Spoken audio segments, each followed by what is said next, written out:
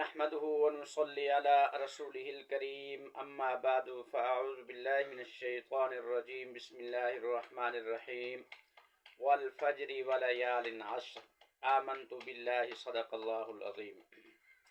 انتہائی واجب الاحترام، قابل صد و تکریم بزرگان دین، عزیزان سامعین ذی قدر، اس وقت آپ دیکھ رہے ہیں کیفی آفیشل علوم القرآن یوٹیوب چینل 691، اور میں آپ کی خدمت میں حاضر ہوں قاری محمد نعمان کیفی۔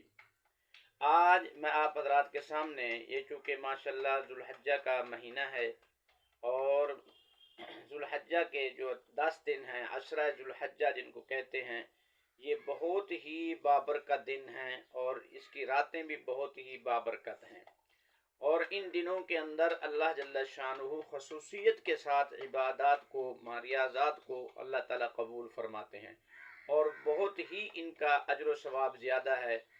اور اس میں ایک چیز، وہ جو یوم عرفہ ہے، جو کہ تمام دنوں کا سردار دن ہے، اور یوم عرفہ کی جو فضیلت ہے، یوم عرفہ کے جو احکام ہیں، کیونکہ وہ انہی 10 دنوں کے اندر آتے ہیں، تو آج تھوڑی سی گفتگو کرتے ہیں عرفہ پر، یوم عرفہ پر، کہ یوم عرفہ کے دن حضور پاک علیہ الصلوۃ والسلام ارشاد فرمایا جو شخص روزہ رکھے گا، اللہ جل شانہ اس کے 1 سال کے اگلے اور 1 سال کے پچھلے گناہ معاف فرما دیتے ہیں۔ اب یہاں پر ایک اشکال ہوتا ہے، اشکال یہ ہوتا ہے کہ یوم عرفہ سے مراد کون سا یوم عرفہ ہے؟ کیا جس دن حجاج کرام عرفات کے میدان کے اندر ہوتے ہیں، تو حجاج کرام کے دن، جس دن وہ یوم عرفہ کے دن عرفات کے اندر ہوتے ہیں، اور سعودی عرب کے مطابق وہاں کی جو ڈیٹ ہوتی ہے، تو کیا ہم بھی اسی دن کے پابند ہیں؟ کیونکہ ہمارے ہاں کیونکہ ایک دن کا فرق ہوتا ہے۔ اب مثال کے طور پر سن 2026 کا یوم عرفہ جو ہے پاکستان کے اندر منگل کو ہوگا، اور سعودی عرب کے اندر پیر کو ہوگا۔ تو اب ہمارے لیے جو عرفہ کے احکامات ہیں، یوم عرفہ کی جو فضیلتیں ہیں، تو کیا سعودی عرب کے مطابق ہوں گی؟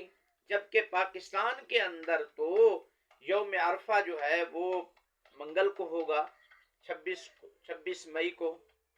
تو اس میں فقہاء کرام یہ فرماتے ہیں کہ فقہ کے اندر جو ہے اختلاف قمر کا اعتبار ہے، کہ جہاں جہاں رویت کا، چاند کا اختلاف ہوگا، اسی کا اعتبار ہوگا۔ اگر کسی علاقے کے اندر ایک دن پہلے چاند نظر آتا ہے، تو وہ اس کے اوپر اسی مہینے کے اعتبار سے، اسی تاریخ کے اعتبار سے احکامات لاگو ہوں گے، اور جہاں ایک دن بعد کے اندر ہوتا ہے، تاخیر کے اندر ہوتا ہے، تو وہ اپنی تاریخ کی حیثیت سے ہوگا۔ تو اس لیے ہمارے لیے عرفہ کا جو دن ہے وہ منگل کو ہوگا، اور منگل کے دن کیا کرنا ہے؟ روزہ رکھنا ہے۔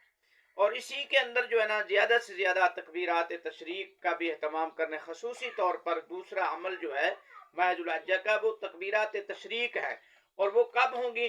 9 ذی الحجہ کی صبح سے لے کر 13 ذوالحجہ کی عصر تک، ٹھیک ہے؟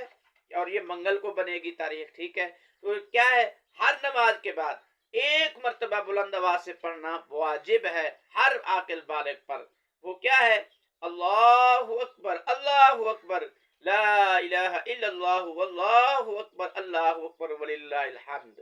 تو ایک مرتبہ پڑھنا بلند آواز سے واجب، اور 3 مرتبہ پڑھنا کیا ہے؟ مستحب ہے۔ اور پھر جو عورتیں ہیں، خواتین ہیں، وہ بھی اس کی پابندی کریں، لیکن وہ مردوں کی بنسبت قدر آہستہ پڑھیں گی، ٹھیک ہے؟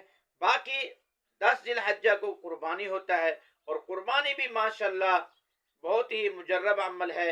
حضور پاک علیہ الصلوۃ والسلام نے ارشاد فرمایا کہ قربانی کا جو ایک بال ہے، اس کے برابر نیکیاں ملیں گی، اور قربانی اپنے پورے جسم کے ساتھ، گوشت پوشت کے ساتھ، قیامت والے دن اس کو سامنے لایا جائے گا، اور اس کا ثواب تمہیں عطا کیا جائے گا۔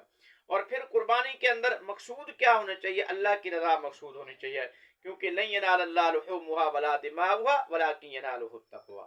تو اللہ پاک سے دعا اللہ تعالی ہمیں ان بابرکت اعمال پر عمل کرنے کی توفیق عطا فرمائے۔ اگر آپ کو یہ میری ویڈیو اچھی لگی، آپ سے گزارش ہے چینل کو سبسکرائب اور ہماری ویڈیو کو لائک ضرور کر دیں۔ بہت شکریہ۔